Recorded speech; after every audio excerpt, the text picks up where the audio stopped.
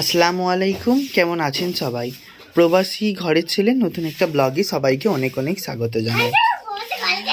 সকাল ভোর চারটে থেকে উঠেছি, দেখো হাতের অবস্থা দেখো।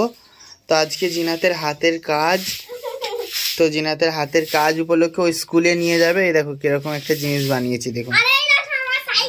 সারা রাতের বেলা আমি ঘুমিয়েছিলাম, তো সকালে উঠে কি করা যায়, তো বাড়ির আশেপাশে পড়ে থাকা এটা আছে তুলো, এরকম একটা তুলো বাড়িতে ছিল, উলটা দিয়ে বানিয়েছি এই পাহাড়ের মতো একটা গাছ, আর বাড়ির লাঠি আর কাঠি দিয়ে বানিয়েছি। এই দেখো কত সুন্দর একটা জিনিস। এরকম ওই স্কুলে আজকে হাতের কাজে এটা দেবে, জমা করবে। দেখুন কেমন আছে, ভালো হয়েছে, আপনারা একবার দেখুন তো।